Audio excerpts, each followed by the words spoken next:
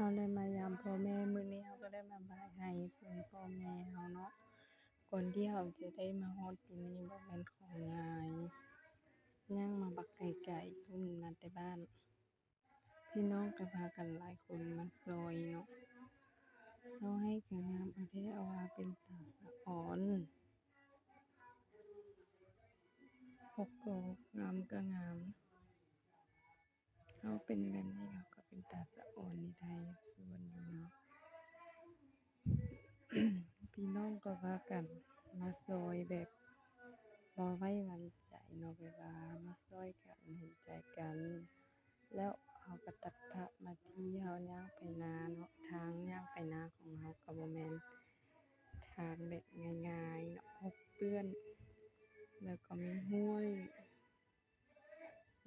น้ำใสๆแล้วก็ย่างไปนาเป็นแบบนี้เลยเนาะแบบเพิ่นบ่ตกห้วยย่างไปเลาะไปเนาะ และนาของอ้ายของเราก็อยู่ไกลจากบ้านหลายเกือบ4 ลักพุ่นเราก็ย่าง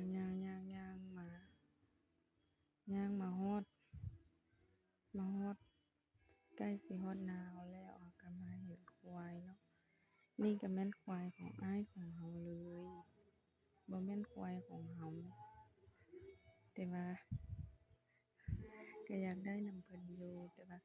ถ้าเราเฮ็ดบ่ดีเนาะเพิ่นก็สิบ่ให้เราควายนี่ก็ยังมาบ่ครบโตอยู่นี่ก็เป็นลูกควายเนาะที่มีแต่ตุ่มก็มีอยู่ประมาณ3-4 ตัวเนาะอยู่ที่นี่และยังอีก3 ตัวยังบ่มาเทื่อสงสัยมันยังอยู่ภูพู้นล่ะ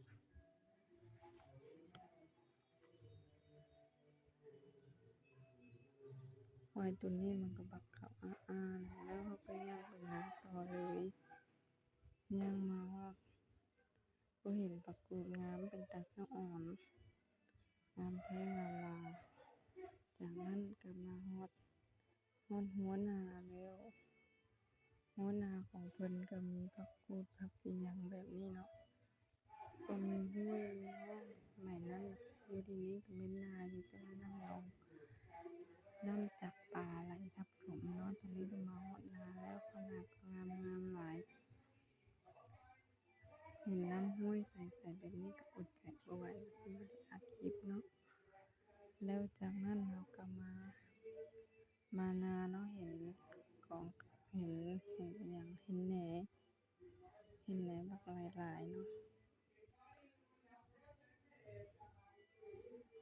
จากนั้นเราก็พากันไปนาเนาะย่างเก็บสิฮอดถึงนาแล้วเก็บสิฮอดถึงนาแล้วเราก็อัดชมวิดีโอนาให้เบิ่งเนาะบอนที่เราอยู่นั่นบอนที่เราอยู่กับแม่แต่ยังน้อยๆคุณพ่อของเราก็เสียไปแต่ยังน้อยแล้วอยู่นาเพราะว่านาเราไกลเราก่อนเราสิได้ย่างกลับบ้านก็หลายชั่วโมงเติบเวลาที่เอาเข้าหรือว่าดำนาเราก็ต้องพากันนอนนาพู้นแหละเห็นแต่ผักกูดเนาะเป็นตาสะอ่อนก็หลายอันนี้ก็คือหลานสาวของเราเด้อเพิ่นเป็นลูกอ้ายเนาะเป็นลูกอ้ายใหญ่พุ่นล่ะเพิ่นก็พายถุงกันบักใหญ่ๆพุ่นเนาะมาซอยกันเนาะแล้วเราก็ตัดภาพย่างมาก็ว่าใกล้สิฮอดก็ยังไกลเติบเนาะ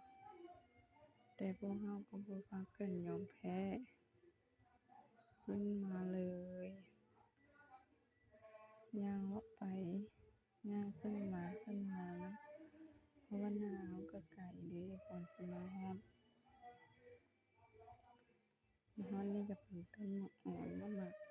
ใหญ่ๆดกๆใหญ่ๆดกๆเลยแล้วเราก็เห็นมักถั่วเหลืองเนาะที่เอื้อยไผคอยได้ปลูกไว้แบบอยู่กลางป่าเลยเนาะแบบว่า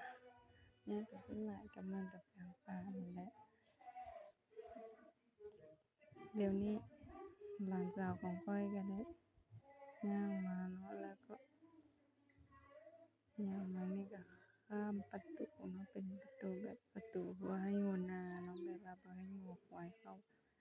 จากนั้นเราก็ได้มาเห็นงัวของเรานี่มันงัวของอ้ายนะแต่ว่ามีงัวเฮาอีกตัวหนึ่งตัวน้อยๆนี่แหละงัวเฮาเองมาแล้วมัน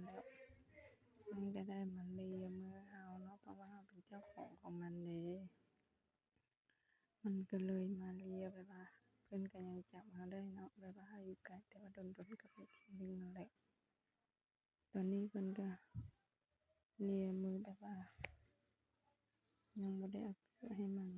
แล้วก็พากันมากินข้าวสวยเนาะไปกินเต้นเลยกินเต้นแบบสำเนียงเฮานี่ล่ะจากนั้นก็เป็นข้อยเองเนาะคลิปนี้ก็จบเพียงส่ำนี้